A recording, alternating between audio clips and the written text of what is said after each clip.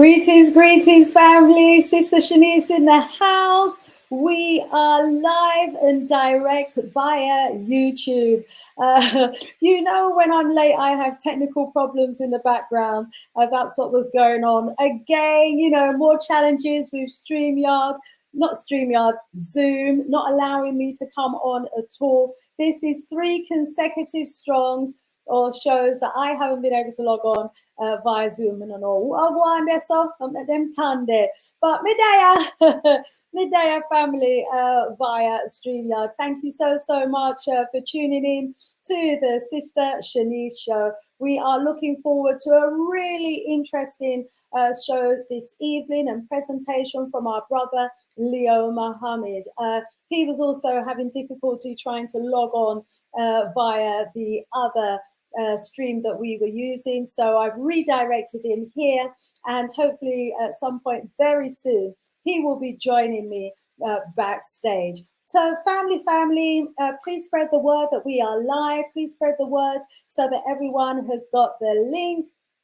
And I can see we got Tag 5104 in the house. Absolutely fantastic to have you in the house, my brother. And you joined us live last strong as well, which was phenomenal, alongside Dr.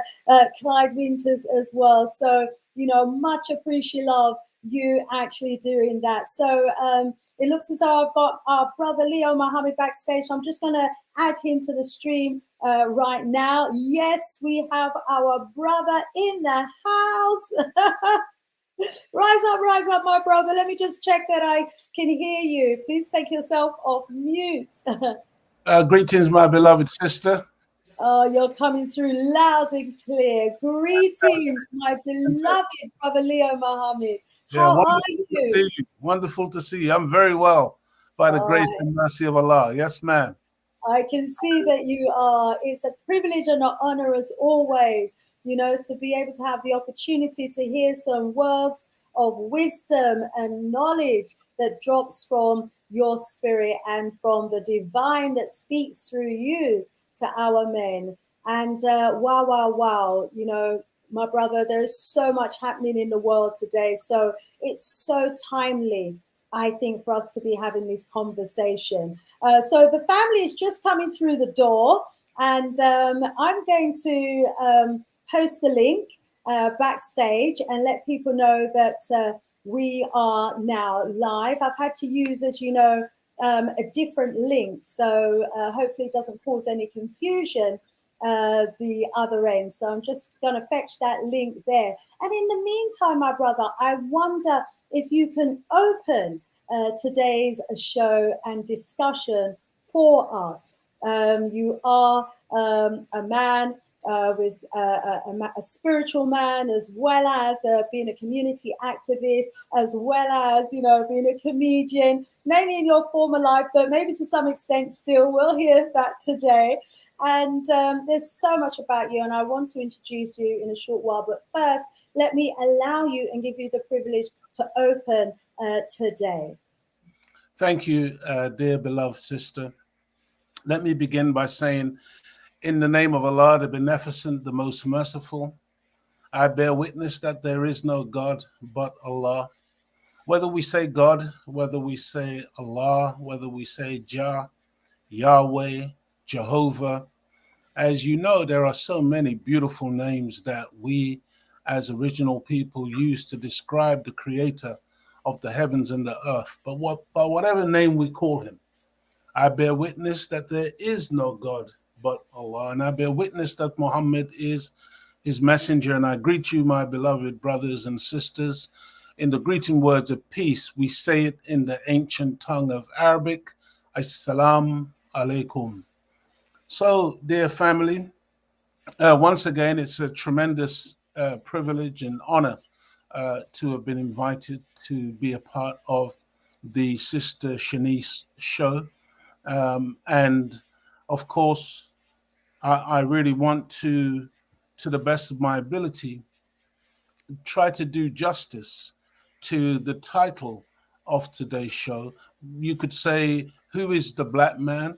Or you could say, message to the black man. Whichever way, what we're trying to do is to look at the black man to determine who we are and what are we doing, what is our condition, what is the state of affairs when it comes to black men. But before I would go into that, and I really love when I have these opportunities when I'm really questioned as opposed to just, talking. But nonetheless, what I want to say, dear family, is that Leo Muhammad, I am a student of great teachers. The Honorable Minister Louis Farrakhan Muhammad is my leader, teacher, and guide. He is the one who I am disciplined by. You can say that I am a modern day disciple of that man, the Honorable Minister Louis Farrakhan. The Honorable Minister Louis Farrakhan is the greatest student of the Most Honorable Elijah Muhammad. And the Most Honorable Elijah Muhammad is the man who basically has taught us the teachings of the Most Honorable Elijah Muhammad. And I have to confess, dear family, if it wasn't for these teachings, I can assure you, Brother Leo Muhammad would not be on this show and I would have nothing to say. Now, I have to say this because,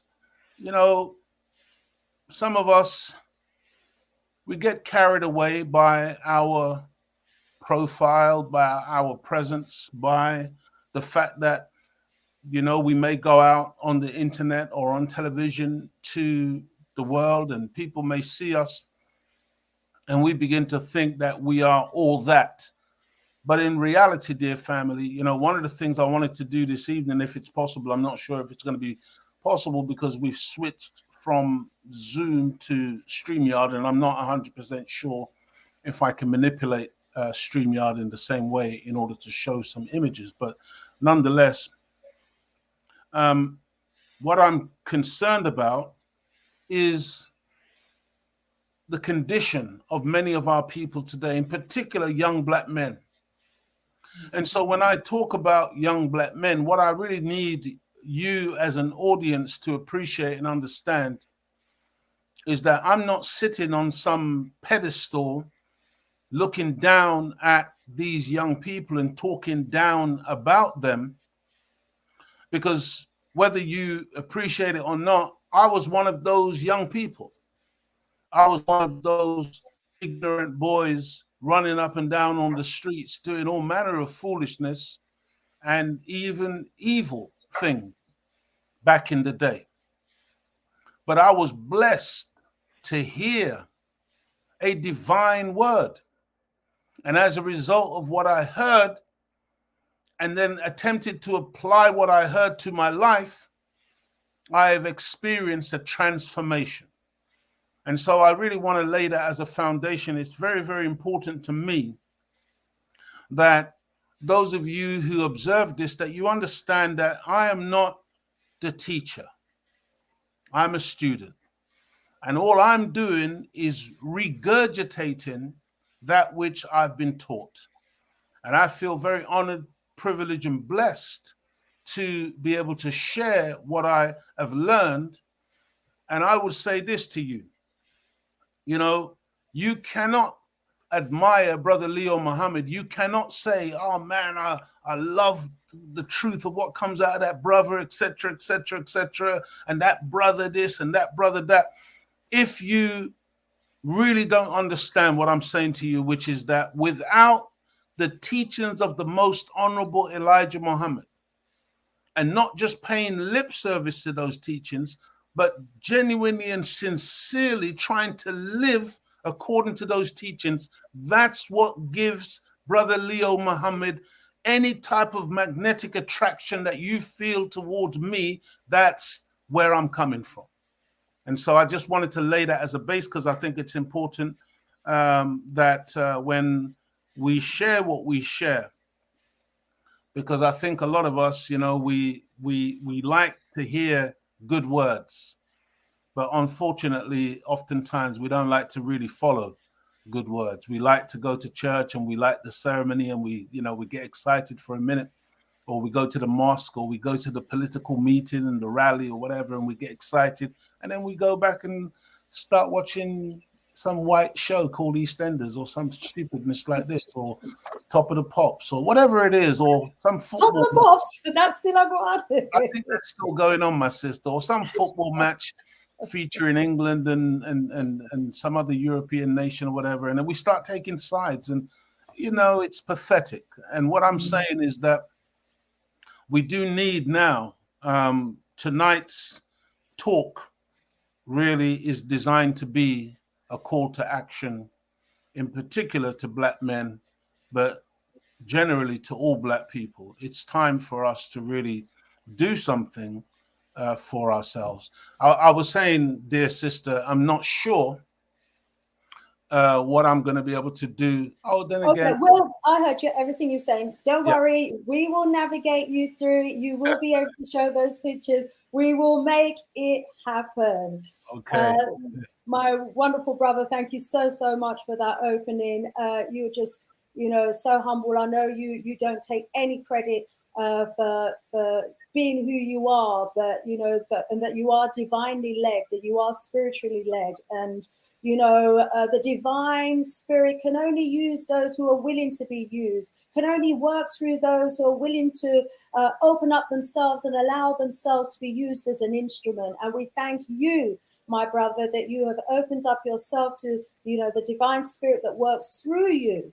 And that you have heard the teachings that you have applied to your life to make you the man who you are, that you are now going to be sharing with brothers and sisters around the world to rise, hopefully to rise them up, help rise them up to another level. There are many of us, my brother, as women who are looking at the situation facing our brothers today, and we feel, many of us, that our brothers are being the subject of a lot of abuse around the world. These are the men who are the founding fathers of the descendants of the men who are the founding fathers of civilization itself. The greatest men, the descendants of the greatest men and the greatest women to have ever walked the earth. The original people who were the innovators, the creators, who built the pyramids, who were the master teachers. And here they are today underneath other people's feet in some parts of the world, being used as other people's footstool. There is no better time than this, my brother, for a call to action. Our brothers, the greatness that resides inside of them needs to be shaken up and woken up. We've all seen the YouTube videos. We're all seeing the abuse, and it's got to stop and it's got to change. And unless we are the ones who bring about that change, I don't see how change is going to come or how change is going to happen. And so we are delighted, to be getting the divine intervention from yourself during these times, my brother, these important times when our men who find themselves in the situation that they're in, are looking, I'm sure many of them, for guidance, to hear a word that's going to stir up their spirit and move them into action. And as you was outlining there are so many distractions that are put in their way. The EastEnders, the television, the sports games and everything else. These are distractions. Our ancestors didn't have those distractions. So they were able to calculate the seasons, the time, the cosmology, the stars. They mapped out the universe. They had time to do all of that because they didn't have these petty distractions in the way. And now, we need to somehow make our men move those distractions out of the way so that they can rise up to be the great ones that they have the potential to be. So we have our family in the house. Family, as you come through the door, please do remember to give us a thumbs up, give us a like, Let me just go over to the chat and see who we've got in the house. We've got Mr. IC3, Race Code Chess, rise up, rise up. He's saying, message to the black man. What is meant by black man? Now, let me just quickly interject there and say, if you haven't, family, watched the really deeply insightful lecture that our sister Dr. Marie Charles gave, where she gave an affricated definition of black, you need to watch that, okay? And her words ring in my ear. Don't throw the baby out with the bathwater. Black and the meaning of black goes back to the origins of us as a people itself. There is so much steeped in our history. Our ancestors, our ancients, defined themselves as black before the Greeks, before the Romans. They were using that word to describe themselves because they realized and they understood the power of blackness. So let's not get hung up on color. Hopefully I won't need to come back to that again today. Rise up, the Jamaican jump in at the house. We love to see him near me. See, rise up, Jamaican jump crow. Hey, in my channel. Yeah, man, subscribe to that. And rising up, brother Leo, Muhammad, Black Identity, Black Unity, Black Power, all of that black at you, Mr. IC3. Epachalo 12 in the house. Peace and love be unto you as well, my brother. Brian in the house saying, woo, woo, what a show we have tonight. The man himself is here. Good to see brother Leo back watching from Kenya. Yeah, good to have you in the house as well, all the way from Kenya. We've got Lance from the USA as well. We got another question from Mr. IC. I'll come back to that. We got Joseph in the house. Where's he watching us from? From Uganda. Rise up, Uganda. Why you never just put a bank right on top of that gold where you find out there? Why you make the Chinese them come for dig it out? Anyway, that's another topic for another time. But it's linked, I'm sure, to the purpose and destiny of the black man, for him to know what to do with his riches and resources. I'm sure our brother may touch on that. We've got brother Jeff in the house. It is partly our fault, my beloved sister. It is because most of us are cowards that refuse to organize and fight back. Cowards do not garner respect, brother Jeff. I wonder to what extent our beloved Leo Muhammad may agree or not with you tonight, and to the extent to which some may or may not agree with you in the chat. Mr. IC3 does, he's saying, might is right, do or do not. To try is weak, feeble, and impotent, or to not do and to not try is weak, feeble, and impotent. Wow, wow, wow. So Jamaican Drunker, you're rising up, Sister Afrijamo from Ghana. Rise up, Sister Afrijamo. Good to have you in the house, and loving the energy already in the chat. So I'm going to come back to the chat in a little while, because I don't want to stay in the way of our brother Leo Muhammad for too long, because I really want him to start delivering his message very early on. My brother Leo, shall I introduce you now? Yes, beloved sister. I'm just wondering, what's the possibility of me being able to share my screen? Okay. So I am going to, let's do that now. So can you see share at the bottom of your screen? Yep. Oh, sorry. Before you do that, on your laptop, the presentation or the images that you want us to see, have it open on your screen. First of all. Yes, I think it's open. Yeah. Excellent. Now go to share, and you should be you should see something that says Windows. It says basically I've got three options: slides, video file, or share screen. Okay, do share screen. Okay.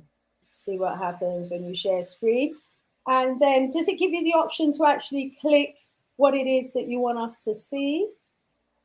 Can you see on your screen what you want to show us? If you do see it, just click it. Okay, 1 second. And once you click it, it might actually pop up down here for me to put on the screen for you. So do share screen. Can you see? Again. No, not yet. Okay, try again. Do share screen. So whilst you're doing share screen, and then clicking the file, or the document that's open on your screen, or the presentation that's open on your screen. Just click that for us, and I'll let you know when it pops up below. But in the meantime, family, let me let you know who this wonderful, wonderful African Black man is that we have in the house, that is going to be delivering a message primarily to the men, and of course, you know, importantly to the women as well, because the women, many women are bringing up young men, many women are with men, you know, and those men may not hear this message, and they may need to be the ones to relay it to the brothers.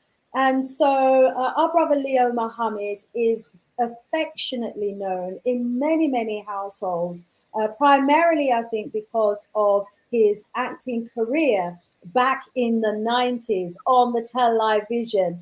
And he had a background in comedy. First of all, in the early 90s at the Black Cat Cabaret. Soon he became the warm-up man for many TV shows such as Fry and Laurel and the Red Dwarf. He was instrumental in the creation of the hit BBC show The Real McCoy. Wow, wow, wow. That was in the homes of millions. And he performed and wrote much of the material as well. He was also a comedian at the Hackney Empire. And back in 1991, he was the Black Celebrities Comedian of the Year. And his comedy evolved into what he calls edutainment, a combination of comedy and education, and a mixture of the both. And with that, he went on to win awards, and then he joined the Nation of Islam, which was a real turning point in his life. And he says he believed that that was a positive change. And we hear so many of our men, you know, talk about the impact that the nation has had on their life. And it determined him and motivated and inspired him to want to show his people a new way of life. And he made a conscious decision then to give up comedy, as he felt he could better serve his people by giving them a serious word with a little humor to allow our people to swallow the harsh reality and raw reality of the pills which we have to swallow and wake up to. And so, as you heard in that, my brother, this is a man who has a heart to serve the people. He has a heart to serve the people. And for 30 years, he has been all over the country giving lectures of the life-giving teachings of the most honorable Elijah Muhammad through his ministry and through under the ministry of Louis Farrakhan. And he has sacrificed his life to ensure that his people gets the word, the teaching. He's gone into prisons. He's spoken at Hyde Park Corner.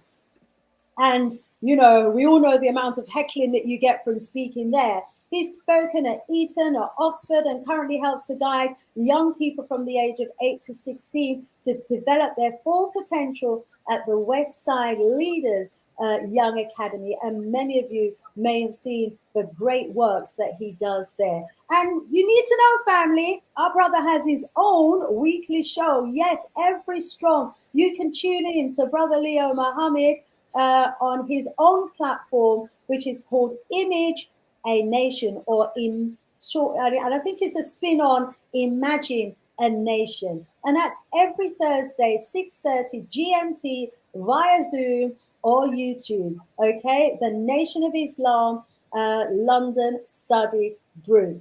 I can see I don't have the share screen as yet, so let's try that again, my brother. Go to share screen and tell me the options that you've got. Let's try a different option. We will not be beaten. Yes. Yeah, he knows. Unfortunately, it's not really helping me to. I'm not able to see how to do this. Okay, but you can see share, yeah? Yes, I've clicked on the share screen, but okay. And what are you looking at now that you've clicked on share? I'm looking at what I want to share, but evidently it's not coming through. And when you click it, it's not coming through. It's not showing. Okay, stop sharing then. Is there an option that says stop share? Let's start again. 1 second. Yeah. So while you're doing that, whilst you stop share and reshare, let's go back over to chat. The chat, Gary's sending a shout out to Mr. Leo Muhammad and myself. Rise up, Gary, sending a shout out. Black at you. Rise up, Anthony in the house. And Icon, no, they never call themselves black. No, come on, Icon B. You don't see that the importance for us to define our own rurality and have our own definitions. Let's not allow those who want to redefine who we are and our accomplishments and our ancestors to divorce us from the greatness of what they saw in our blackness. Okay, we're not going to allow that to happen, but I'm going to do a separate show all on its own to do with the color black. Yeah, and I'm going to bring in your works as well, you know, and I'm going to bring in other works. I know where my leaning is, but let's see where that show takes us. And it'll be an open show, so others will be able to jump on, okay? Rise up, Super Black in the house. Great to have you in the house. He's rising yourself up, Brother Leo Muhammad, the Sheriff S. Lovely to have you in the house again. And you said that Leo Muhammad needs to link with Dr. Charles. What a formidable duo that would be indeed. Wow, wow, wow. Tag 105 commenting in the house. We've got Tia Manjena in the house, sis. He's saying Shanice and royalty. Rise up, rise up. Where in the world are you watching us from? Do let us know. Binta in the house. Do you have to give him permission to share his content? No, I didn't have to last strong. Let me see if I click share. No. I don't think we should. I don't think we should worry ourselves about it. Is it something that you can WhatsApp me, my brother, or email me, and then I'll bring it up? I'm not sure. Not sure. Okay, let me have a look what happens when I click share. So I've got slides, extra camera, video file, or share screen. Sounds like what you had, yeah? Yes. Yeah, and then you clicked on share screen, did you? Yes, I did, yeah. Right, and when I click on share screen, it says screen sharing is easiest with 2 monitors. Sharing works best on the computer.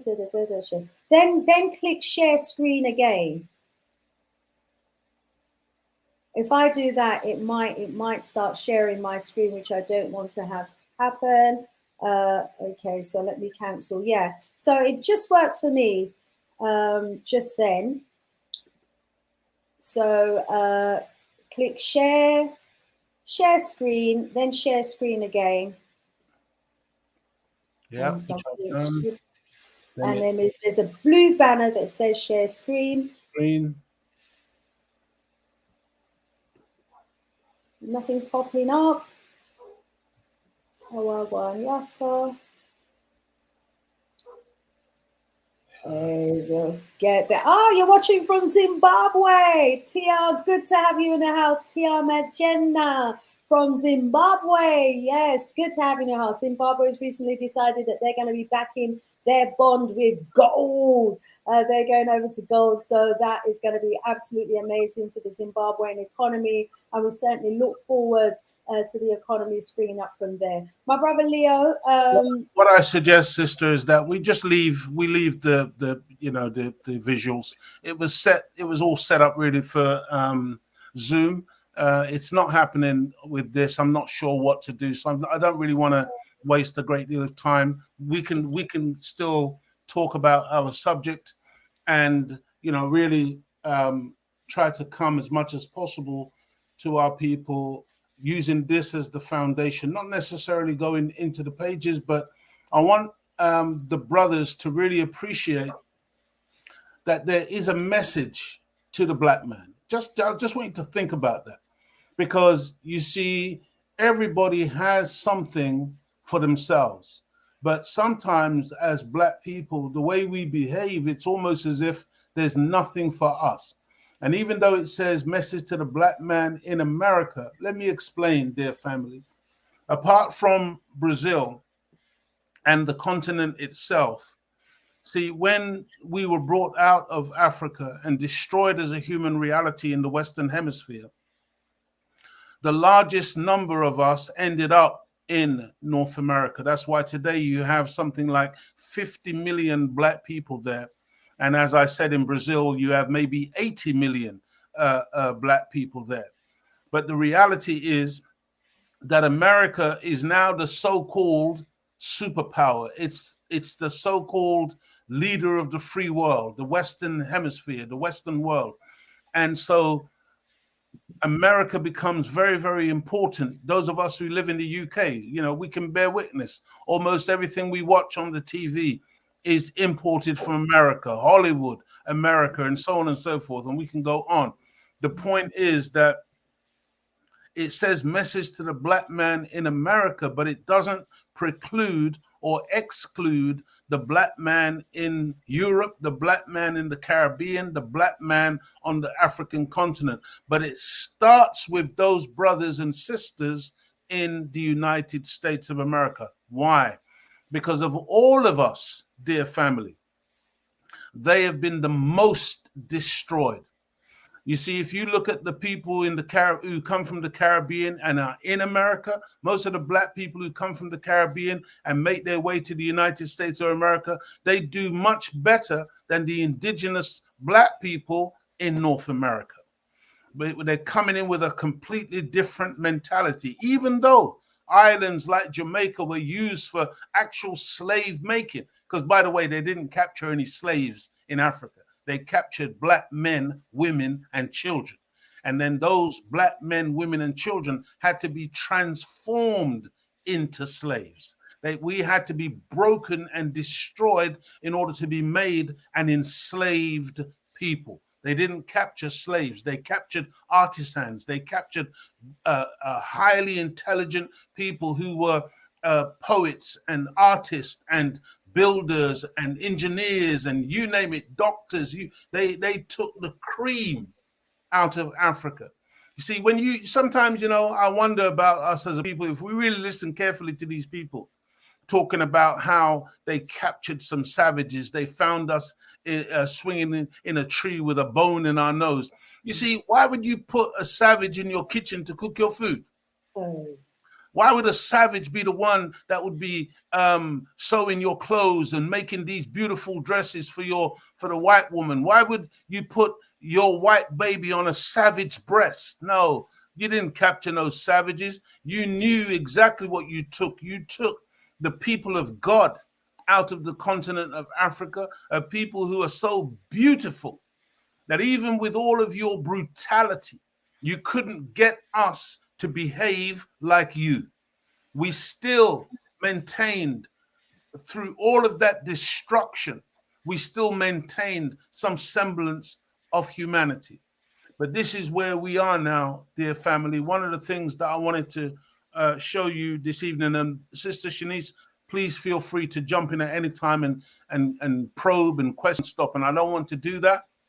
I want you to interject and say what it is that you think needs to be said. But I wanted to say this. One of the things I was going to show you, I was going to begin actually by showing you a video clip from that iconic show that I used to be a part of called The Real McCoy, where somebody wrote something called Damn Fool Man. Somebody wrote that, and the voice that you hear at the beginning of Damn Fool Man and at the end of Damn Fool Man, that's Brother Leo. I played my part in Damn Fool Man, talking about, presenting the various episodes or whatever. But each time I did Damn Fool Man, I cringed. I didn't like it. I just didn't like the idea that here we have an opportunity as a people to have our own show on terrestrial TV, BBC, and we come up with a superhero who's a black man called Damn Fool Man, and his sidekick is Idiot Boy. I really did not like that. And so what did I do? I took my pen and I began to write. And what I did was, I wanted to show you this, and I want to show you what we were able to do on The Real McCoy. Maybe in another show, we'll organize it so that we can do that. Because Are you able to send me a link to it, my brother? no, it's Is not. it on YouTube No, somewhere? yeah, No. some elements of it is on there, but the actual key part that I wanted to show anyway, I wasn't able to find, which was the transformation part. But what we did through the pen, and then we filmed it, was that we transformed Damn Fool Man and Idiot Boy into conscious youth and sensible smutty. Love it. That's what we did. Yes. And it was phenomenal because we got that done on camera and we still kept it funny, but I just did not like this. Now, I say all of that, dear family, because what I'm saying to us as a people, as I mentioned before, I was one of those crazy young people on the streets back in the day. But I feel that my life has now been transformed and I'm no longer that person I used to be. And I'm on my way, inshallah, God willing, to being an even better human being, a greater human being, a more productive human being, a more courageous and powerful human being. I'm on a journey. And what I'm suggesting to the black man in particular, black people in general, is that we have to move from damn fool man and idiot boy, and we have to become conscious youth and sensible smutty. And even though you may be in a particular place at the present time, please, dear family, never ever adopt this mentality that says you can't change, I can't change. You see, the scripture says, be ye not conformed to this world. I could break that down deep, deep, deep. Be ye not conformed to this wicked, sin-sick white man's world, but be ye transformed by the renewal of your mind. Because everything, dear family, begins in the mind. It's all got to do with the way we think and what our perception of reality is. And so one of the images I wanted to show you this evening was of a young man in America who another man is filming him on the street corner and they're mocking him because he's saying he's not a real Crip. I don't know if any of you know about the two gangs, predominant gangs in America, the Bloods and the Crips. And they're mocking this young man because he's saying he's not a real Crip and he can't do a real Crip walk. And the Crip walk is a kind of dance that, all of these young people are doing now. But this young man has got maybe 3 pairs of trousers on, all of them, not one of them on his waist, all of them around the hip and the thigh area, whatever, this crazy way of dressing now. He looks like a tramp. He looks like a vagrant. He looks like somebody who has no sense. And this is the condition that so many of our people have been put into because we are steeped in one way or another in this world.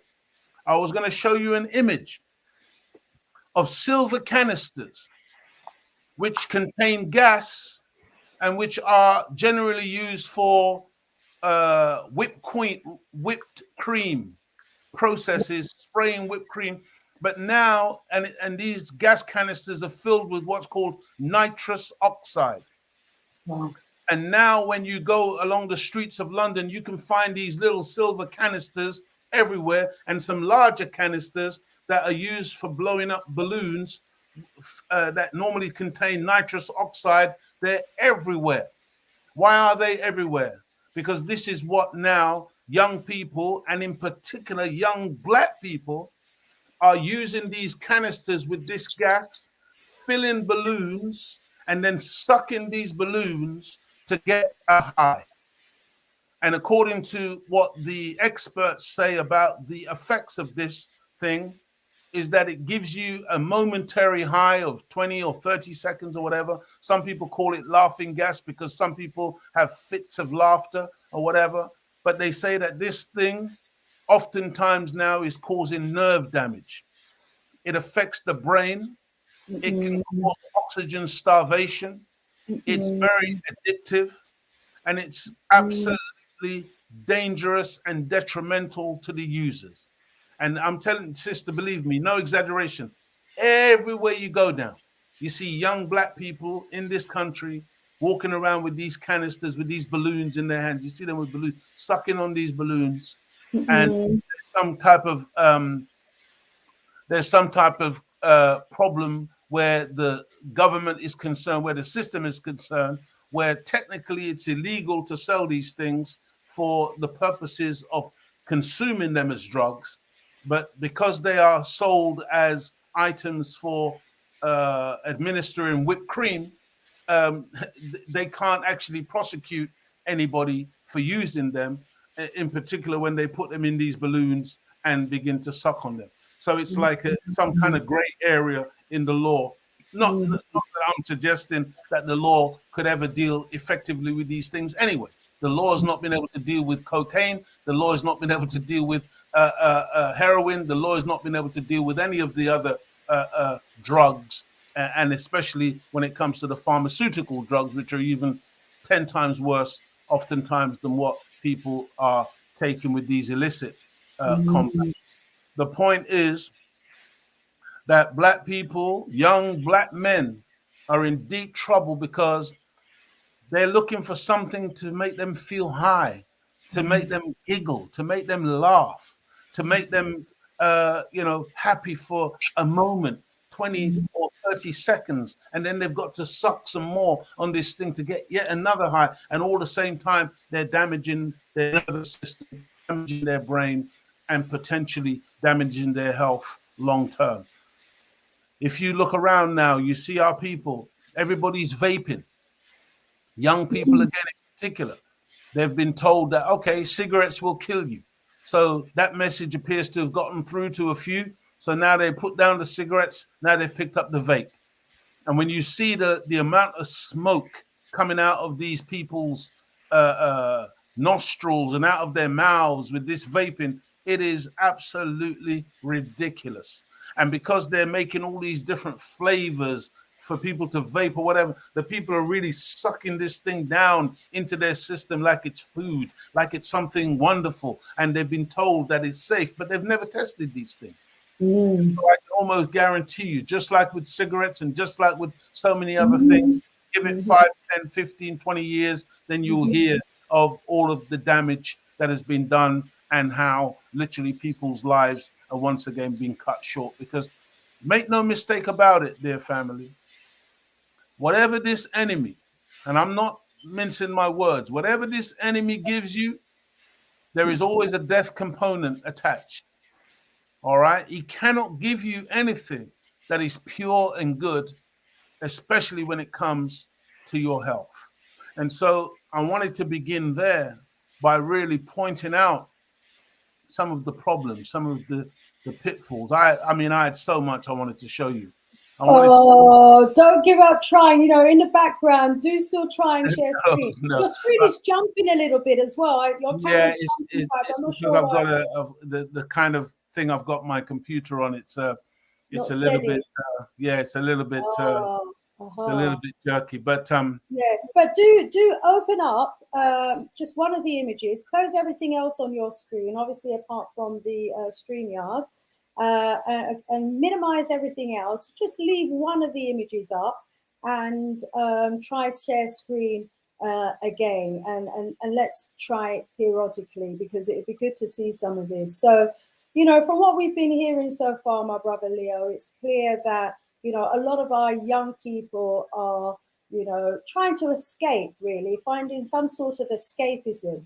And drugs, as we know, was deliberately flooded in the community. You mentioned the Crips and the Bloods, and before the Crips and the Blood, it was the Black Power movement. And it was such a powerful movement. Dr. Clyde Winters was talking about this recently. It was such a powerful movement that was happening in America, that the CIA and others decided that they needed to find a way to actually destroy the Black community, because we were coming together, we were uniting as a people, we were marching together, we were making our demands together, and we were rising up as a people, and they needed to destroy that collectivity, that collectiveness that we had.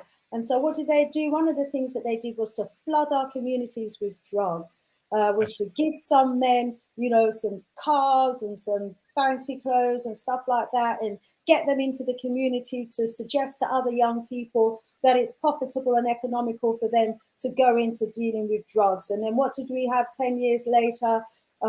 Hundreds of thousands of our people dead from drugs, many more in the prisons, lives wasted, lives destroyed. Because as you say, anything that comes from the enemy has a death component and element to it. And, the crack and the drugs certainly came to mind when he was speaking of that. And today, now, what seems to be on the street is another type of drug designed again to destroy the young Black man, to destroy him before he has the opportunity to become great, to grow into the fullness of his purpose for being here on this earth in the first place.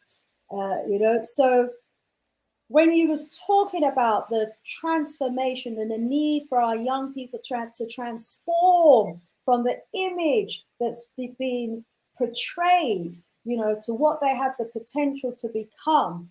It's also recognizing the other forces, as you was talking about, that are out there deliberately distracting our people or putting in their way, things that is going to harm them rather than help or elevate them.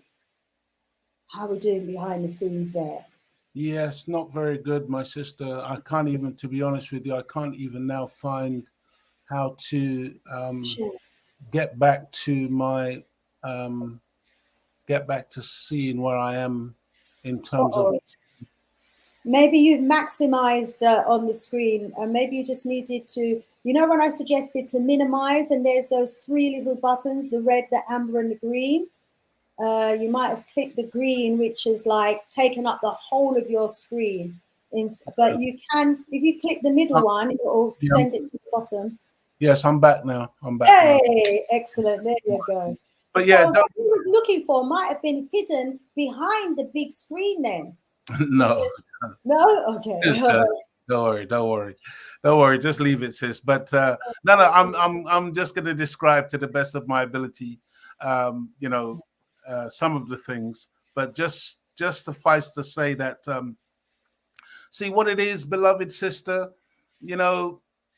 I didn't get out of my bed this morning depressed. I didn't go through my day thinking, oh my God, what are we going to do? Why? Because, see, one of the problems that we have today as a people is that we no longer believe. We no longer believe, one, in who we are, but two, that there is a greater power, a greater force in the universe than this white man. We really think that this man is the end all and be all when it comes to power. I want to get some feedback in the chat to that comment, my brother. Yes. Actually, it may not be such a fair kind of survey, because I'm sure most of the people in here are the conscious brother and not the, what the other one called? Not the damn fool one. So, but you made an important point there. And it's so true, because even until today, my brother, I hear people on the continent say that if they go to church and then buck up a white man on the way, and can go back home because them see God already. Well, look, sis, let me tell you something. See, it's one thing what we say, it's another thing what we do. And I'm old enough now to appreciate that action speaks louder than words. I've seen it in action. And so, a lot of us, my dear sister, we do say some good words, and we do say a lot of things about what we believe and who we are and so on and so forth. But when it comes down to the actual reality of it, what you find is we're found wanting. Because you see, I don't know, I like to use the analogy even of a marriage. You see, marriage is an extremely difficult proposition. Believe it or not, marriage is ordained by God. That's why the scripture says, whom God puts together, let no man put asunder. Don't interfere in the relationship between a man and a woman, because that relationship is divine and God-given.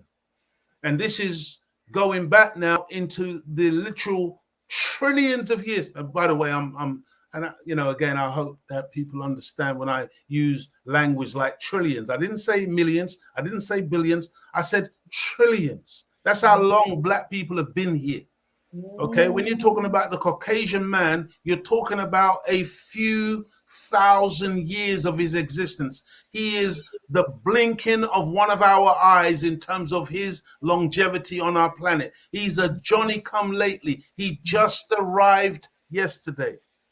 But when you're talking about the black man and the black woman, there is no anthropologist, no scholar, no historian that can give you a birth record for the black man and the black woman. Wow, remind our people, my brother, who we are. Described in the scripture as the Ancient of Days. That means whenever days began, we were there. We were there. This thing about, evolution and evolving from a damn monkey. No, that's again. I know that. This is the white man. The white man is the one who says, well, I'll be a monkey's uncle. Yes, you will be a monkey's uncle because you're related to that chimpanzee, not the black man.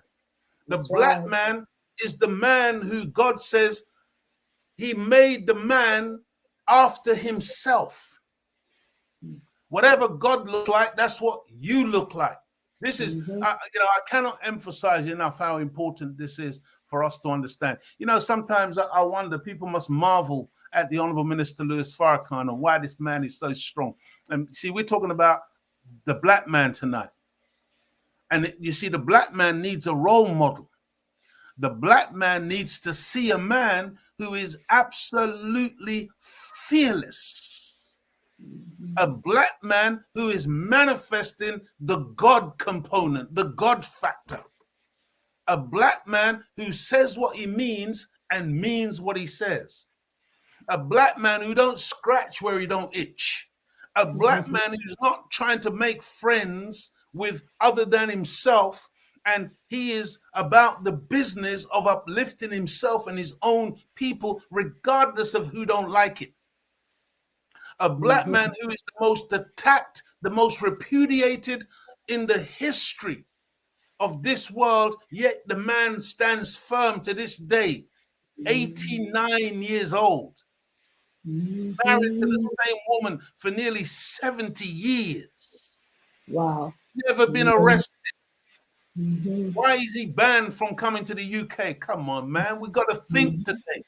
Because not enough of us are thinking. See, because this is what we say, Sister Shanice. We say, if I would have been around in the time of Moses, I would have been walking with Moses. We are lying. We say, if I would have been around in the time of Jesus 2,000 years ago, I would have been one of his disciples. We are liars. We lie. See, Moses of 4,000 years ago or Jesus of 2,000 years ago can't make no demand on us today. We can talk. We can say, yeah, I'm a Hebrew Israelite, or I'm a Muslim following Prophet Muhammad, peace be upon him, of 1,400 years ago. I'm a Christian following Jesus of 2,000 years ago. No. You have a man today who in 1995 called 1 million black men to Washington.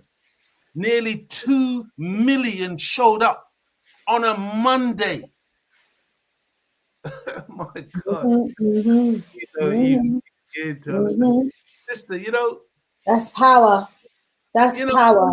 But what, and also now as a people, knowing that we have that potential power, You know, what do we do with it? How do we harness that power so that we can, as a race of people, rise up together and get the respect that we deserve? Let me just quickly swing over to the chat and then we will be right back at you. Go ahead. So let's see. Califani is saying slave morals and slave sermons. Mr. IC3 saying black boys need to look up to mixed race role models. What do you mean? What's this? Ipacholo 5,600. McKay, God bless you. Yes, my brother. Someone say, Kafilani saying, sorry, a lion does not need a shepherd. Icon tag, they're talking to each other. Yeah, like black is a European description. It's still going on about the color black. Come on, tune in. So my brother Mahmoud, I said, don't get hung up on the word black. We will deal with that again as a separate session. Tag 5104. Marriage as it exists today was created by white Europeans to control resources. Marriage is nothing other than a capitalist means of production, my brother. What do you say in response to that? Because, you know, we're in a situation like you described. We are trillions of years old as a people, you know, and had it not been for the union of man and woman, for trillions of years, we wouldn't be here today. Exactly. These people have come today and, you know, they've decided to call that union marriage. And so suddenly we're getting comments like this from my brother. Do you think he's right in what he's saying, or has he got it twisted? You know, sister, you know, you see, it's very sad. I think somebody, I don't know where it came from, somebody, it may have been even yourself earlier on, who for some reason mentioned this terminology, throwing the baby out with the bathwater. See, this is what we do. This is what we do as a people. You see, my relative drowns in the River Thames. So that's it. I'm never, ever going to drink water again. How foolish. How foolish. Water is the preserver of life. But you go and jump in the middle of the Atlantic and see how long you last. See, it's like, just to understand that God says, I give life and I cause death. See, that electricity that we are relying on right now to power this computer and to give us light and so on and so forth. And by the way, which powers our brain. Okay, each human being has enough electrical impulse and power within each human being to power a small town. But that same electricity, you go and stick your finger in the socket, the plug socket, it will take your life. So, see, you got to understand how power works. But what we do, the white man, you know, as you said, sister, earlier on, we've been calling ourselves the original black man for millions of years. We named the land black. That's where we get Aswan from. That's where we get, they call it Saudi Arabia. Saud means black, black lands. See?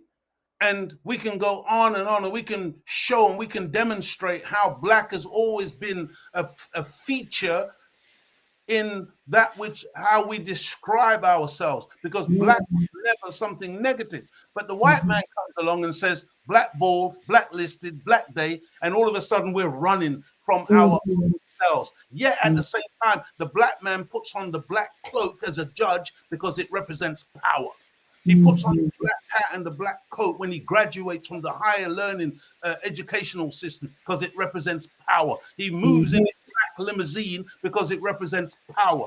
Coal is black energy. Oil is black energy. You want a baby? The baby has to grow in the triple darkness of the black womb of the female, whether the female is black or white. Total darkness. But you see, but we're so surface that we think this is about a color. Black is not even a color. Black is the mother and father of colors. Hey! You can't mix two colors and get black. You got to start with black. Black produces everything from it. But when you start throwing away black, you're throwing away a fundamental part of your identity that the devil wants you to do. That's why he made it something negative, so that you would run a mile from it. See, when we were productive as a people, we had Black Journal, we had all these black shows, and then all of a sudden, all of them started getting changed. Now we're urban. Now the name suddenly changed now. So black people, we no longer want to associate ourselves with black, because somebody said that black is something negative or dirty, and we fell for it. All you niggers look the same, so we all try and look different. No, you see, in the nation, there's a reason why we all dress the same, because we want to look the same. Yes, all the Chinese look the same. Guess what? Makes them very powerful. All the Asians look the same. But here we are as black people now, we have to, one of us twist our hat backwards. The other one's got to wear his hat sideways. The other one's got to we're trying to look as far away from who we are as possible. Do you know what most black people's aim and objective is today, sister? When you listen to these young rappers and you listen to all of our people trying to get out of the ghetto and trying to get money to get somewhere where they can get away from black people. That's how they've made it. That's how they perceive that they've made it, because they can say, I'm the first to live in this area. I'm the first to have this particular job. I'm the first to be in this particular arena. But you see, dear beloved family, what we should be doing is turning that ghetto into an oasis, a palace. See, because what people don't understand is that you can take a man out of a ghetto, put him into a palace. I guarantee you, give it 6 months, the palace will be a ghetto. So it's not about geography or regions or moving from one place to another. What are we doing about the place where we live? What are we doing about this place? If I can just jump in there as well, please, my brother. You know, I mean, all of what you're just saying there, it's just resonating with me. And when you talk about, you know, where the mindset is at with a lot of our men at the moment, they want to get out from the ghetto, so to speak. They want to move away from people who look like them. You know, it's like they don't realize they're running away from themselves. You know, and you know what's happening there is we are separating from each other when the other races are coming together. You know, when our parents came here in the early 60s, you know, late 50s, they had that sense of community and that sense of togetherness, and they brought together. They, you know, and we populated areas like Peckham and Brixton and Harlesden and certain cities like London and Birmingham. And, you know, we were together. Our parents, you know, they whole streets, the streets that I grew up on as a child, there might have been 1 or 2 white families on that entire street. Black houses, yes. Family from all around the different Caribbean islands and some from Africa as well, because we understood, our parents understood the power of collective economics, us coming together, and they accomplished so much during their time with so little. Why? Because they stuck together, they worked together, they rode that boat together, pulled their resources together, and they all benefited. But we were miseducated, like some of us, or most of us in the education system, and you know, we were indoctrinated with this idea of whiteness. You know, and so the idea was that, you know, you need to make it and move to where the whites are, take your children to the schools where the whites are, you know, worship a white God with white angels and everything else. You know, we were indoctrinated with all of this nonsense. And as a result of that, you know, many of our people now are catching hell in some of those neighborhoods where they're the only black person. Their children are catching hell in some of the schools where they're the only black child in those schools. The children have got no sense of identity in who they are. They're embarrassed about their blackness. They're on the verge of committing suicide. You know, our communities are broken and fragmented. So clearly, what do we need to do? We need to start coming back together again, because there's power. That's you right. know, yes, in us coming together. So, you know, all that just came out of what you was just sharing there, my brother. Sorry, I had to Yeah, jump in. no, but I'm glad you jumped in there, sister, because it's important, because we see both of us have to bear witness. See, because now what you have now is, the suit. This suit is the white man's suit. See, this is how dumb we've been made. When we were dressing in silk, when we were making suits back in the day, the white man was still on his all fours in the caves and hillsides of Europe, naked and grunting. Now, education is the white man's. To be educated that's a white thing. To be married, that's a white thing. So now we are ragamuffins. Now we're homies. Now we're dogs. That's my dog. That's my nigger. See, we're so hoodwinked, so bamboozled, so brainwashed that we reject. See, like for instance, the white man is the gentleman, the English gentleman. What's gentle about him? What's gentle about him? This is the man that's gone around the world, destroyed the people in the Indian subcontinent, destroyed the Chinese people, making them all opium addicts, destroyed Africa, destroyed everywhere he went. He has slaughtered the people of the earth, but he's the gentleman, right? See, there's only one gentleman on the planet, and that's the black man who has never, you can't find no weapon in the black man's name. See, gentleman, a real man, a real godly man, a man of God, a man with virtue, a man with morals. See, but what we're busy doing as black men is running away from such things, because now we want to be the brute. Now we want to live up to these.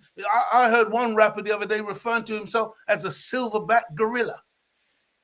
And you see, this is what we think is, our identity, and this is what makes us.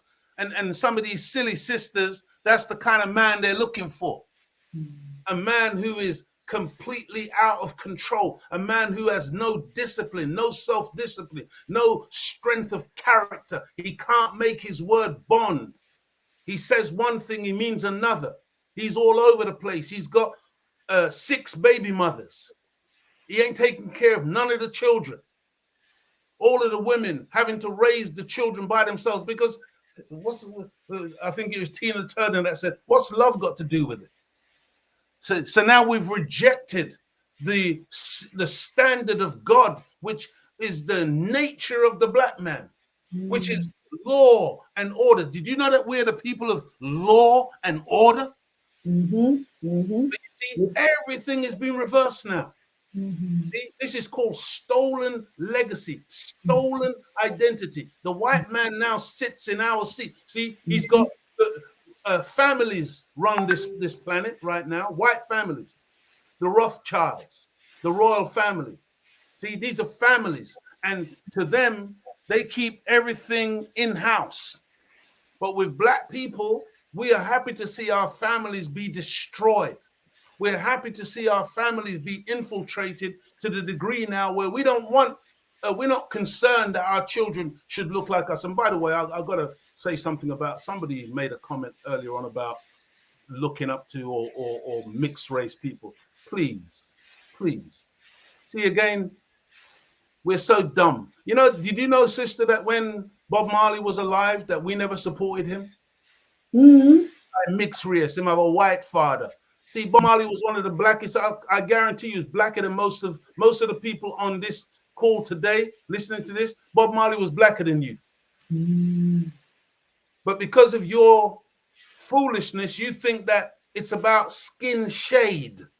Did you know that you got black or white supremacists blacker than me on this planet? You got black people blacker than me today who would sell out black people in a heartbeat. And they would kill you dead for some dollars. And they're blacker than me. So if you think that this is about some skin shade, so you're going to reject Minister Farrakhan, by the way, who has 2 black parents. Both of his parents are black. One of them happened to be a light-skinned black. but Mhm. nonetheless, they were both black. So this idea, Okay, so it was an inference that okay, you that understand what I'm saying, my yeah, sister? yeah, yeah, yeah. But this is how messed up we are. We are messed up, you know. I accept that the trauma, you know, that we have been through, the miseducation, the indoctrination that we get on a daily basis from, like you were saying, you know, Hollywood, Nollywood, even, and the television and everywhere else has totally corrupted the mind of the black man, and he now needs to get back into the right mind so that he can become that great one that he has the potential to become. And you know what's manifesting at the moment from all of what a lot of what has been talked about already is the kind of negative portrayal of the black man, and the image that he's putting out there. Hence why he doesn't get the respect that he deserves, and why we as a people don't get the respect that we deserve. Because until the black man is respected everywhere, you know, we are going to continue to be disrespected everywhere. Let's see what the Jamaican drunker say. He says the white man is a dying tiger, but the dying tiger is the most dangerous animal in the jungle, because he knows that he is dying but wants to take as many with him on his journey to death. Are you on a journey to death along with the dying white man, family? He knows his time is short, my dear sister. You see, And sister, our time could potentially be short, because there are millions that have been wiped off the face of the earth. You was just naming some of those countries where genocide has been committed and people have been wiped off the face of the earth by these same dying tigers. You know, most of us, I think, don't even realize today that a war has been waged against the black man. I and think he is oblivious to that fact. they've What got say more, you? and they've got more planned, sister. This is the point. The war wasn't yesterday. The war has never stopped. The war Mm-hmm. is ongoing. And Mm-hmm. we are in a war, but the vast majority of us are non-combatants in Mm-hmm. the war.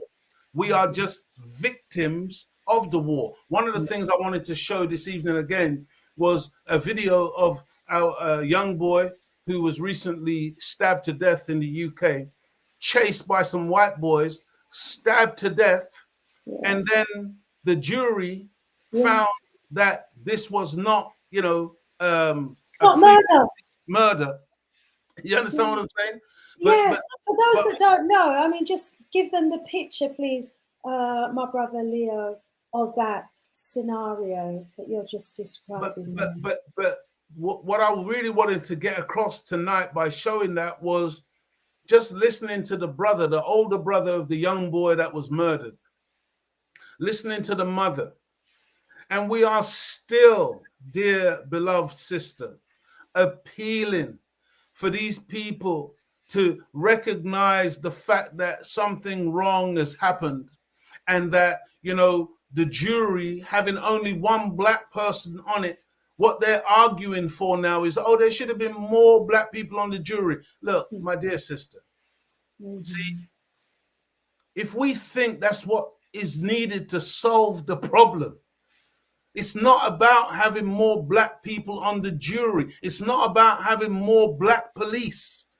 Mm-hmm. Mm-hmm. Those black police, those black jurors, they will be the first to vote to convict you in a system that's geared against black people top to bottom, Mm-hmm. because they've got to demonstrate that they're not being biased towards the black person. It's a trick. Mm-hmm. Mm-hmm.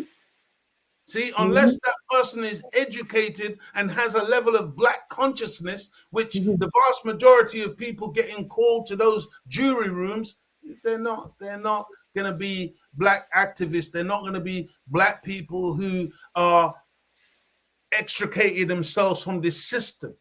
These are black people who are trying to get on in the system, going along to get along. It doesn't work, my dear sister, because Mm-hmm. again, we don't understand that we are at war. And what's needed today Mm-hmm. is black people who are first and foremost obedient to God and the laws of God, obedient to our own nature, our own character. Did you know that every black person has a highly developed conscience? You can call the conscience the self-accusing spirit. I want you to listen to those words. A self-accusing spirit, or the God within. That's where you get terms like intuition. They say women have it, but everybody has it. An inner tutor, an inner teacher, intelligence, the God within. And every black person in the beginning of our life, as we grow up, we have a highly developed self-accusing spirit, a highly developed God within. But what happens is, as we become more and more embroiled or steeped in a world like this, when our conscience comes up and tells us, warns us, reproves us against doing things which are evil or wrong, we start choking out the voice. Shut up, shut up. I'm going to do it anyway. Shut up. And what you're doing every time you do that is you're stilling or killing the voice of God within. You know, my dear sister, I'm going to test something on that, my brother, because, you know, we talked earlier about being at war, and, you know, that a war has been waged against us as a people, and the vast majority of our men are non-combatants and, you know, don't even realize they're in a war. And then here we are as a people with a high level of consciousness, and you know, I don't believe we are this law-breaking, non-law-abiding people that they try and portray us to be. I think the vast majority of us as a people do have a conscience and do the right thing. There are a small minority of people who are kind of corralled into doing the wrong thing, and then, you know, what they do is gaslighted and spotlighted, and it's given the impression that all of our young people, you know, are behaving a certain way, or all of our men are behaving a certain way, when, you know, if we look in our families and see, you know, what's going on, that doesn't tend to be the case. So how do we, as a people, I want to know, especially our men, you know, what should the situation be? We're talking on the one hand about, you know, being at war. And if you're at war, you need to be preparing to fight, you know, for your survival and the survival of your race. And then, you know, on the other hand, we're appealing to the kind of higher moral conscience of the black man. We know we can't love the hate out of these people. And we know even for doing nothing, these people will kill us. We just use the example of the young black boy who was walking down the street and then was chased by a group of white boys with knives who went after him and stabbed him to death. One of them stabbed him to death. The others ran off. All the others that ran off got off scot-free. And the one who did the stabbing and murdered the young black boy had his sentence reduced from murder to manslaughter, and he's only going to serve about 6 years in prison. If that was the other way around, we know that every single one of those young black men would have been rounded up, and they all would have been in prison for life, at they least would have been 70 charged years. under the joint enterprise law system. Exactly. All of them will be doing life now. Exactly. So we know the wicked system is geared, pitched against our people. So we are being attacked on a multiplicity of levels. So I need to hear now, you know, what position do our men take in a situation where war has been waged against them on a multiplicity of levels, economic level, in the judiciary system, and you know, and everything else, and how we're being looked at internationally, and at the same time have this higher moral kind of level of consciousness and principles and everything else. How do we marry the two together? When war is being waged against you, sister, you can't sit around begging the enemy for peace. You have to mobilize and go to war with the enemy. You have to, as a people, we as black men have to come together as a nation of men We have to put aside petty differences. We have to recognize that that's my brother, even though he's in North America, or even though he's on the continent of Africa, even though he's in the Caribbean, even though he's in the Isles of the Pacific, even though we may not be living right next door to one another, or we may not be biological brothers as such. We are brothers, we are family. We have to learn and begin to recognize one another in that way, which unfortunately what's happening is that we're not doing that. The white man, he recognizes his family wherever they are on the planet. Hence why those Ukrainians, even though they're Nazis, many of them, you see the way the white people have opened their doors and reached out, and they're bringing them in, and they're sympathetic and they love Ukraine, which they don't. It's a big lie. It's all politics. But the point is that when you see what they did to the Africans who were seeking asylum, trying to cross a border, and they were beaten down and basically killed on that border, you're not seeing what happened to white Ukrainians. At the same time in Ukraine, those Africans were being kicked off buses, kicked off trains. But white people, their dogs and their cats and their animals, they could get on those buses, they can get on those trains. That's the reality. So we've got to learn to be like them, in that we recognize every black man and woman as family. Until that person demonstrates that they're not family, until that person demonstrates by their actions, not by their words, but by their actions, that they are actually not with the family and that they are collaborators with the enemy, or they're outside of that fold, every black person must be regarded as family. And then the black man has got to understand that we are at war. And when you're at war, the responsibility, the duty is on the man to protect the women and the children, and to create an environment where women and children and the community can be safe. But again, what we do, the summer is here, so that's when we go to the gym to get a little partial six-pack, to go and put on a t-shirt and walk around the street flexing for a couple of months. But we're not training like the Eastern European men are training. They're in the gym 24 hours, 7 days a week, all year long, because they're training so that when war breaks out, they're going to be able to fight as a collective together. So one of the things clearly that all of our men should be doing, all of our men of all ages should be doing, is going to the gym, working out, keeping fit and preparing for war. We need to recognize, and they need to recognize, we are at war. Training constantly, sister. You said earlier on, you mentioned the 60s, and when our people, I came here in 1967, and I can remember those days. I can remember that you could not walk down the road and see another black person and there wouldn't be an exchange of a greeting. That's not happening no more. That oneness was definitely there. Back in the day, you got on a bus and there was one black person sitting on that bus, you'd go and sit next to that black person. Not no more. See, now we've adopted this white attitude and this white mentality. I'm all right, Jack, I've got mine, you get yours. So we need to bring back the days of recognizing each other as brothers and sisters. I see we've got Dr. Clyde Winters in the house. Rise up, Dr. Clyde Winters saying we need to be one. We need to be black first, he was saying, and come together with that oneness of spirit. He means there. So let's have a little look to see what else we've got in the chat. Gun range, what's this?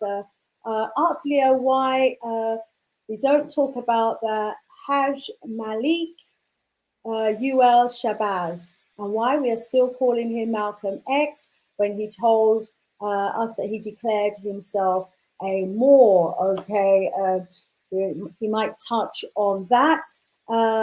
Sheriff F, let's see what Sheriff F is saying. Europe has divided Ukraine up amongst themselves, just like they divided up Africa. They want the country, not the people. Well, it doesn't appear that way. I mean, they've thousands, tens of thousands of Ukrainians have poured into the UK alone. But I'll leave our brother to respond to that if he wishes when we get back. Beats is saying black unity is the only way. Let me know when you all wake up. Absolutely agree. Personally, I absolutely have to agree with that as well. Espanol says, me, myself, while people stab me, court freedom, many evidence, video, audio. So talking about the case where, you know, the video is there as evidence, you know, that these white people run down the young black boy and stab him to death, and the court basically almost set the young white boy free. Chiboy is saying the white man understood how resilient and genius the black man is, thus swore to always block his path to greatness. Well, that's definitely what's happening. Every direction, every turning the black man takes. You know, we're in a situation at the moment where the white man are on things. Yeah, him are run the schools, him are run the businesses, the organizations, the institutions, the government, the economic system, him are run things. And we underneath him as a people. And after begging for housing, begging for job, begging for education, begging for everything, we've got to move away from that position, I think, as well. So we need to prepare for war. We need to exercise. We need to be working out so that when time comes, they're ready for fight. Just last strong. I see another video, Brother Leo Mohammed, of a black man at the Tunisian airport. They had been, a lot of black people, and a lot of people actually were at the Tunisian airport because they had overbooked on their flights, and some of them had been there for 2 days. And when the flight started leaving again, they were prioritizing all non-Africans first. They were looking after their own, basically, not even their own. They were looking after the Europeans, and they were leaving the black. Well, some black Africans got quite upset about it, and a fight broke out. And you want to see all these Tunisian officials and their police just jump on the man and start beating with some iron thing, and the rest of the people them just stand up there and I look. And kind of protest it. But back in the days, tell them, Brother Leo, what would have happened if one black man was getting attacked on the street by even a police or an ex-white man? I beg you tell him, or we would have dealt with it in time there. Yeah, you see, sister, that was a different era, and this is the era that has to come back. We have see, we are at war and we're behaving like civilians, and we are very casual in our approach to life. But you see, in the word casual is the word casualty. Okay, and you know, I tell you what the Honourable Minister Louis Farrakhan says, sister, because I can't mince my words and pretend anything to our people. We've got to just tell the truth. And the minister said it's going to take more than teaching to get our people up. And so what's going to happen is that more and more you're going to see black people getting a terrible, terrible chastising. I know we think we've been through a lot already. I'm saying to our people, you have not seen nothing yet. Wow. The Nation of Islam has told you that the white man is the devil. Not name calling, no, he's the devil. No, this is the devil of your scriptures. This is Satan. Okay? This is what you're dealing with. But you don't want to believe that. You think that you can convert him. You think that you can appeal to his better nature. You think that you can make him love you and treat you as an equal. Well, you got a rude awakening coming. And by the way, my sister, you're talking about him running things. Let me tell you something. In 2020, the Honorable Minister Louis Farrakhan's keynote address at our annual Saviour's Day convention, the title was The Unraveling of a Great Nation. The white man's world is unraveling as we speak. When you see Boris falling apart, yes. See, again, they want us to look at Boris. So we need to prepare to take over. We need to be preparing. But that's the point. Take over. You see, sister, nature abhors a vacuum. You see, as one comes down, the other one's got to be rising. But our people right now, so many of us are refusing to do the thing which is necessary for our rise. And we think that we're going to do some individual thing, some entrepreneurial thing, and somehow we're going to get through. No, dear family, it will only be those who are unified in a block, those who are unified as a body, those who can represent a family, a community, a nation. By the way, did you know that nations can't deal with individuals? They can only deal with other nations. And which is why in the Nation of Islam, we set up government, because at a certain point, the government has to talk to government. We have to have structures in place whereby when we sit down at that negotiation table, right now they're talking about Ukraine, Zelensky and Putin and all of these terrible crimes which have been committed in Ukraine or whatever. And there's going to be let me tell you something. They're going to sit down at a table and they're going to come to a negotiated settlement, or it will escalate into the Third World War, or how the scriptures describe it, the War of Armageddon, where nuclear weapons will be used. And that's the two scenarios. Either they're going to sit down and talk peace, because there's no war solution in the sense that one's just going to bomb the other one into oblivion and then the war is over because one can't fight no more. It don't work like that. There will always be resistance. There'll always be people fighting. There'll always be pockets of resistance and different things going on. So at some stage, they're going to have to sit down. And guess what? At some point, we're going to sit down with the white man as well. And we're going to negotiate our own separation, our own space on the planet. He will be over there, we will be over here. But separation is an absolute must, because we cannot live with these people in peace. They are disagreeable to live with. We've been trying for over 400 years and it doesn't work. That's why every single day there is a new thing that comes out, a new issue, a new murder, a new death, a new scandal, a new child Q or some other issue that pops up and pops out. Another banana thrown on the football pitch from their own fans who are supposed to be supporting them, and on and on and on and on. It's never going to change or stop, because, see, what we've made the mistake of doing, my sister, is we've been trying to integrate into the white world. Yes. While we're trying to integrate into the white world, we've been disintegrating among ourselves. The port of integration must be with ourselves. You know that if we were integrated among ourselves and we genuinely loved ourselves, we would be so powerful and so strong that man would think twice before troubling any of us. He only troubles us in the way in which he troubles us because he knows that we're not together. Yes, and he can get away with it. He knows that when he kills a Jamaican, the Jamaican government's got nothing to say. He knows that when he kills a Nigerian, the Nigerian government ain't got nothing to say. And if they say something, it's just mealy mouth words, and then they can just give them a few dollars or whatever, and then it's all forgotten. But how do we deal with that, my brother? How do we deal with, this level of patheticness amongst the handpicked leaders the so-called leaders of the West? I mean, we can see what's happening in not Pakistan. Where is it at the moment?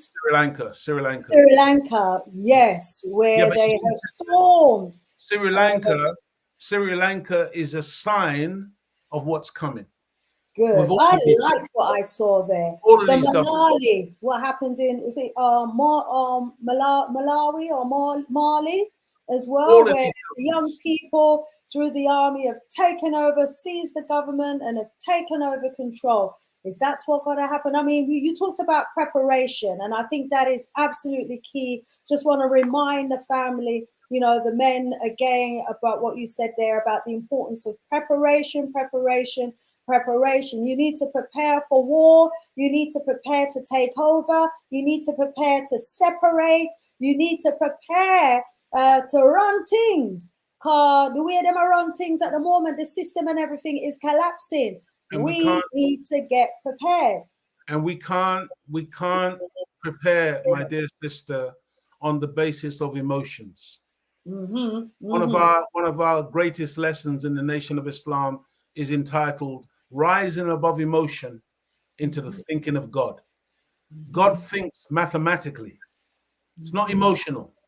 All this emotionalism that we do, crying and screaming to white people, and no justice, no peace, it don't change a damn thing. They're looking down out of their high rise and they're drinking their coffee and they're saying, "Oh, the natives are restless again." What they're afraid They'll of. be back in their houses again by tomorrow. Yeah. There you go. What they're afraid of is when they see strong black men, dignified, polite, courteous.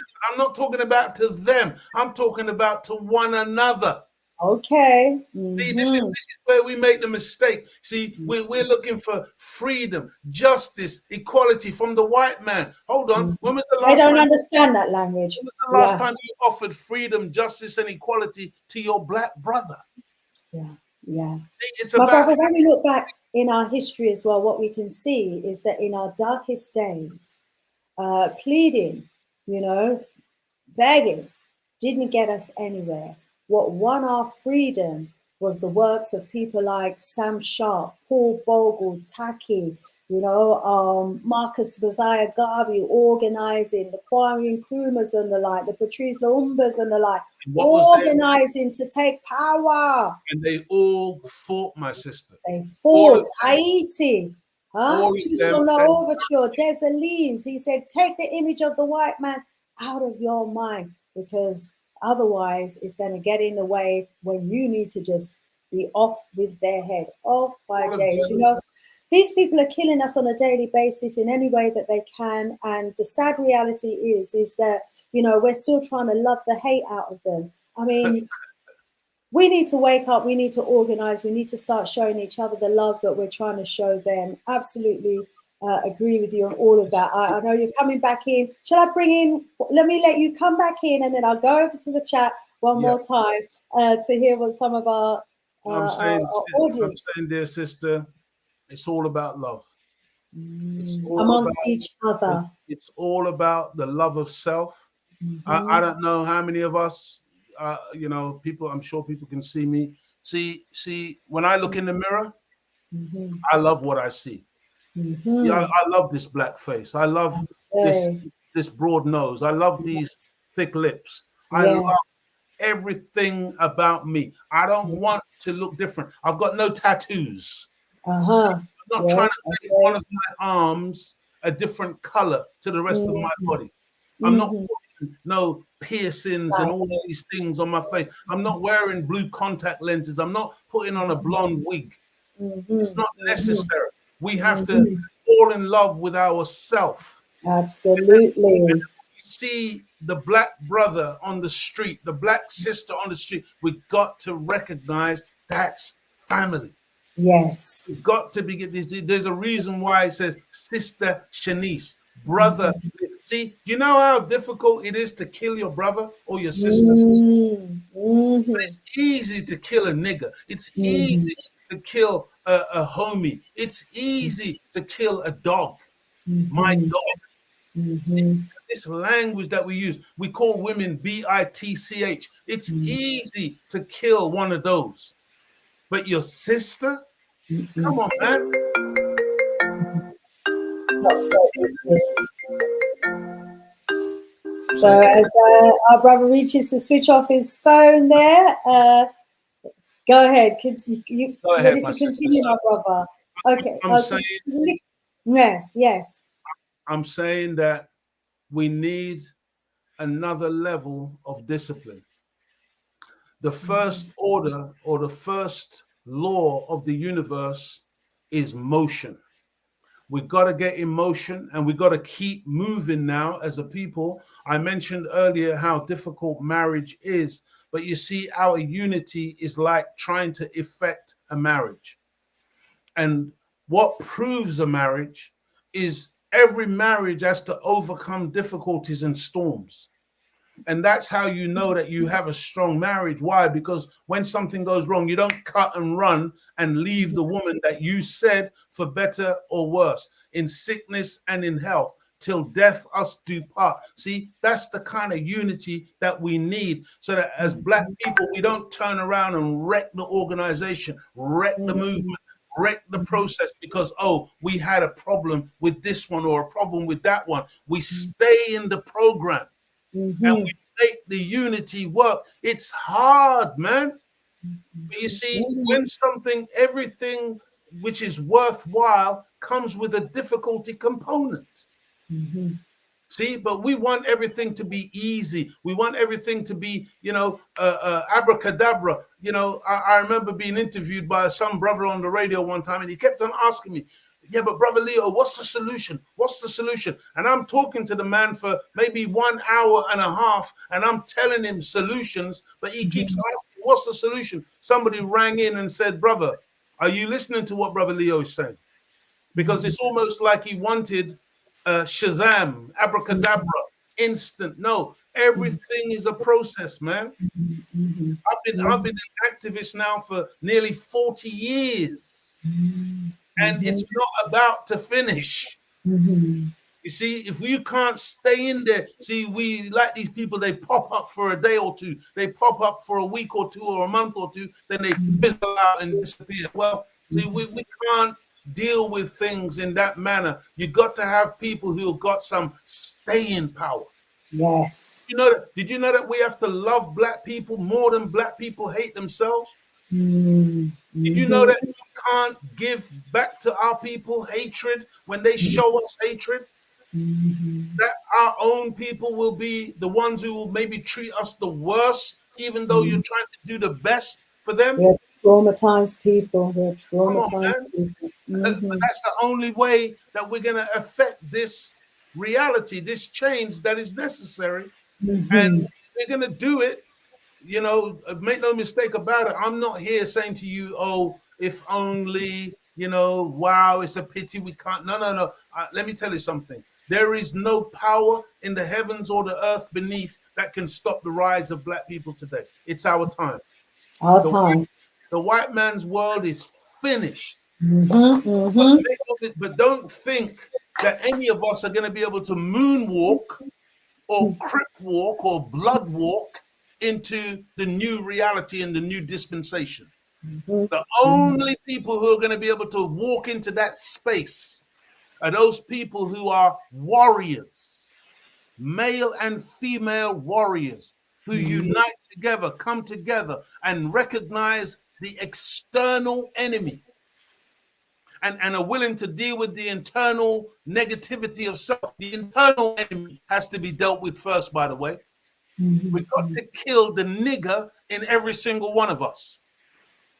And we've got to allow the Black man in us to live, because the Black man is God.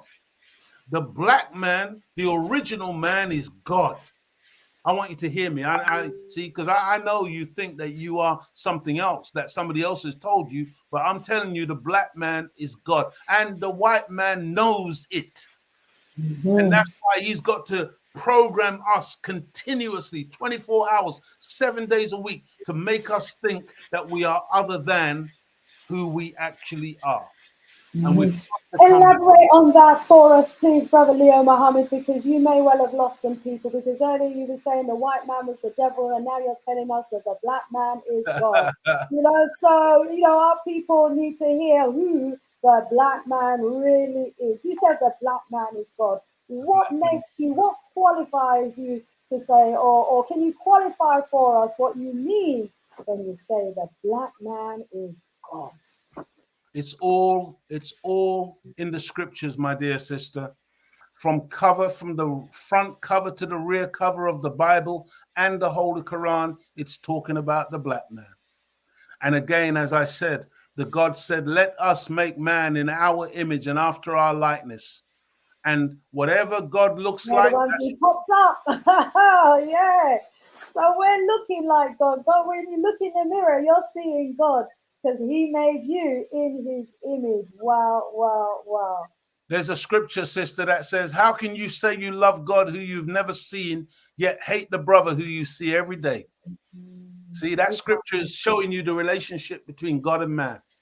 See, the microphones if that you believe, I Sorry? think that if you really believe as a black man, as an African man, that you are God, then you will know that you have God in you, and you will see the God in your brothers and the God in goddesses in your sisters. And how can you kill God? How can you not love God? How can you not love the God that's in your other brothers and sisters? That is just such a powerful, powerful. everything changes, my dear sister, when you know that you're God. Everything changes. Your whole demeanor changes. The way you remember what I said at the beginning. I was one of those crazy ones running those streets. Listen to your brother. You think when I went to Eton and I lectured to those white boys who had been groomed to be the future leaders of this world, which they're never going to be, when I was lecturing there, William was there. He was one of the students. And they're grooming now to take over after Charles. But you see, when I finished talking to them, and I wasn't playing with them, I was telling them some of what I'm telling you tonight about the black man being God. What did they do at the end of the process? They stood up and gave a standing ovation. What is it that they know in Eton that we don't know and that we think is a joke? Right. They weren't laughing. You said another something really important there as well, my brother, that we need to put into the equation in terms of the preparation, and that's the grooming of our young men. They're going to Eton and they are grooming their leaders of tomorrow. Who is grooming and shaping our leaders That's of right. tomorrow? So that is another really important job, I think, for the black man.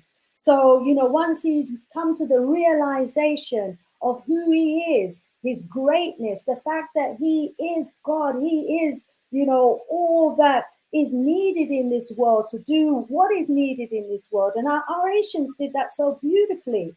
Anything that they imagined, they were able to bring it from the spiritual into the physical. They realized that they had the power of creation. They knew that they were gods. They operated on a level that like they were gods because, they built like they were building for eternity. They manifested greatness on the earth because they knew that greatness was inside of them. So, as our men, as you've asked for them to do today, to come to the realization of the greatness of who they are as gods, they need to also be grooming the young people of tomorrow who are going to be the leaders of tomorrow to know that they too are made in the image and the likeness of God and therefore have greatness inside of them and the potential to be the creators and the all-powerful and the almighty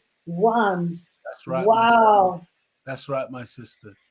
That's the power and the beauty of these teachings when you realize who you are. See, knowledge of self is key. One of the things that the enemy did was to give us a false concept of ourselves. You Africans, you black people, we found you in the jungles of Africa, swinging through the trees with a bone in your nose, and you contributed nothing to civilization. The devil cannot fathom how we built the pyramids. To this day, he can't reproduce that pyramid.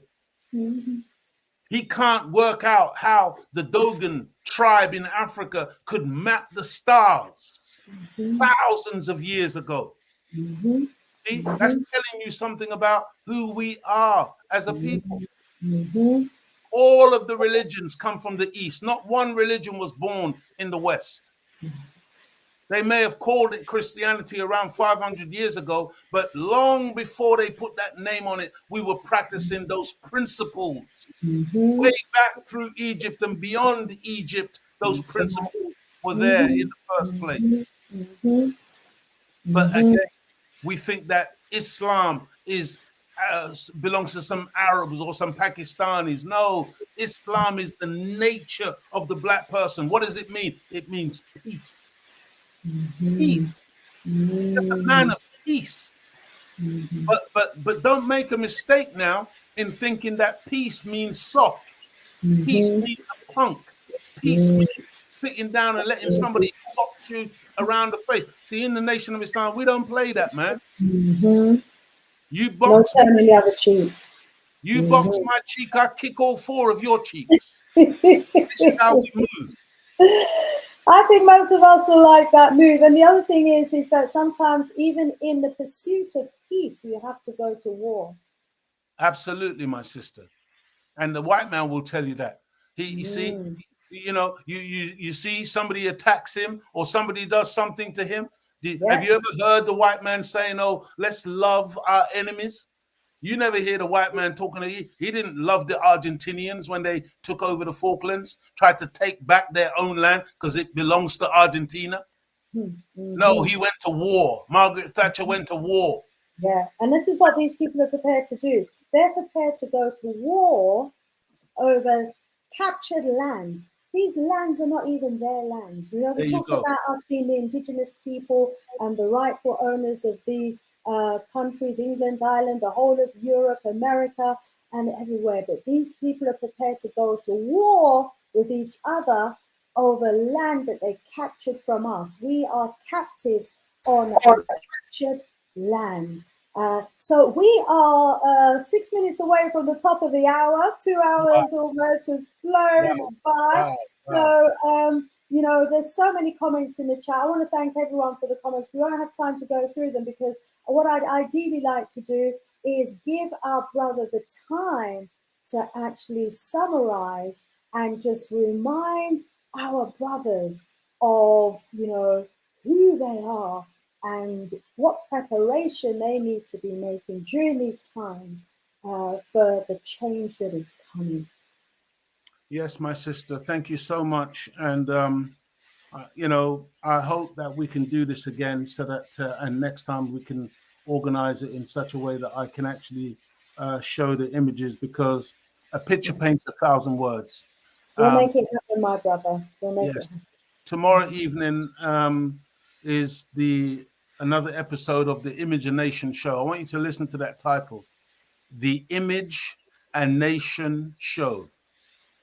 In other words, what we're trying to encourage our people to do once again is to regain, to take back the power of imagination, image and nation, to be able to see a whole new reality, a whole new paradigm, as opposed to the box that each of us have been placed in and been commanded to think out of. We cannot no longer live within the confines of the white man's stricture or the white man's world. It's imperative that we broaden our horizon into the arena of the vision of God. We are God's children of the Most High God. We are directly related to the creator of the heavens and the earth. Our enemy knows this. That's why when they come for one of us, even though we're messed up and we're all over the place, they have to come with 3 or 4 van loads, because they know who they're coming for. They're coming for God. Understand this about yourself, black man. And it's time now for the black man to come together wherever we are on the planet. And we have to organize, and we have to train together, and we have to study together. We have to fathom the depth of our nature and the nature and the character of God. We must not talk God. We must now begin to walk God. They wrote about us in the Nation in the UK back in the day. They wrote an article in the Independent newspaper, and the article began like this: they walk the streets of London as if they own them. And we said, yeah, that's right. See, we are the owner. This planet belongs to the original people.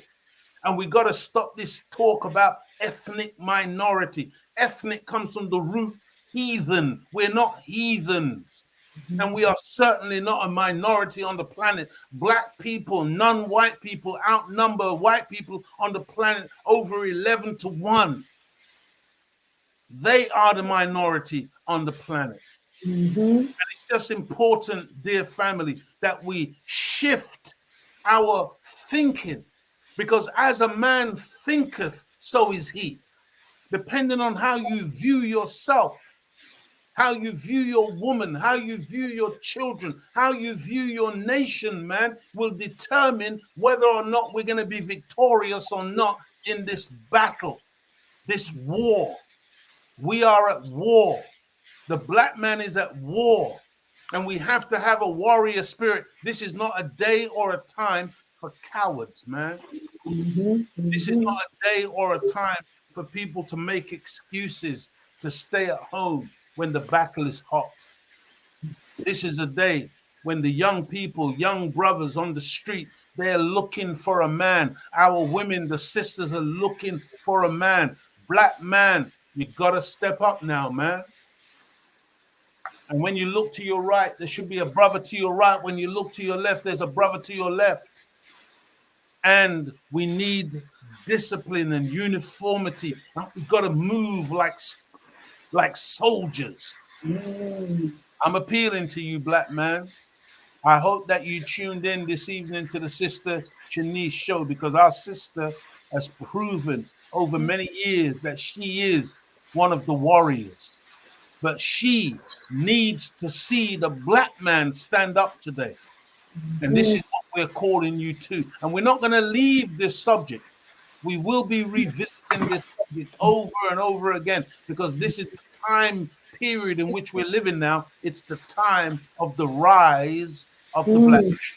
That's right. Thank you so much, my dear sister, for allowing me to have this opportunity to share.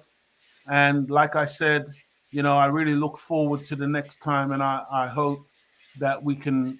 I don't know how to use the StreamYard platform in order to share. I had it all set up for the Zoom, but inshallah, God willing, we'll sort something out so that it can be done next time. Maybe I will send it to you, and then you can show as I speak over what I want to show. Inshallah, we will make it work. It's been an absolute privilege and honor.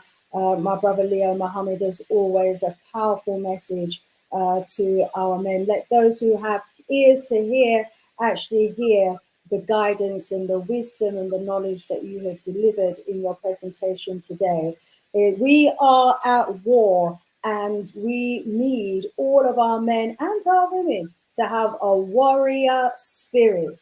So That's it's right. time to get up, and stand up for your rights, family. So let's sign out with the words of Bob Marley there. Get up, and stand up for your rights, black man. Don't forget, beloved family, tomorrow at 6:30 on Zoom and also on YouTube live, the Image and Nation show. That's What time, 6:30, please? 6:30 Thursday evening on live on YouTube and Zoom. If you go on YouTube and visit the Nation of Islam London Study Group, then you will be able to tune in live to the Image and Nation show with your brother Leo Muhammad. Thank you so much, Sister Shanice. May the Creator continue to bless you, my dear sister, and your family. Thank you. Thank you so, so much. And may the Creator continue to bless you with good health, long life, and your wonderful family as well. We look forward to the next time that you visit. We will make sure that we get the presentation sorted in advance, my brother, so we can see those images. And family, hasn't it been an absolute honor and a privilege? I've seen lots of great messages in the chat. It's a pity I haven't had time to communicate them to you, but family, yeah, please do post your messages now in the video on YouTube in the comments section. Okay, let's big up our brother in the comments section under the video. And to everyone who is part of Dr. Clyde Winters' research program, family, it started on Monday. We had our first session on Monday, absolutely phenomenal. It's going to be ground moving. This is a movement. This is us defining for ourselves our history and telling the story of the B1s, the FBBs, the foundational Black Britons. We're telling our story. We're bringing the evidence, and we are being taught by the great Dr. Clyde Winters, and alongside Brother Reverend Shock. And so we are learning the techniques that is required in order for us to bring formidable information about who we are as foundational Black Britons. And so, family, thank you all so much for joining us tonight. Do tune in to our brother Leo Muhammad tomorrow. And also it's not too late if you want to join Dr. Clyde Winters' course quickly. You've only missed the first session. You will be able to do so. Okay, family? You'll be able to do so because you've only missed the opening session. Okay, so all being well, I will see you here back next Wednesday. Remember, I'm not here on a Monday anymore because I'm doing my classes. I've gone back to studying. Oh, and I'm also studying Kiswahili as well. We had a Kiswahili class, my first class on Tuesday. And let me get my notes because I'm going to leave you with a few words in Kiswahili. Right. So, habari gani means how are you? Jambo. We're saying like, hello, greetings. So, jambo, greetings, everybody. Habari gani. I hope you are all well. You say mzuri sana, which means that you're very fine. And so I certainly hope that you've enjoyed the show today and that you will be joining us again next strong. Sister Shanice out of here for now. More love, more strength, more power, and more voodoo. Join me next strong. The voodoo man is going to be in the house as well. Rise up, family. Sister Shanice out of here for now. Thank you, family.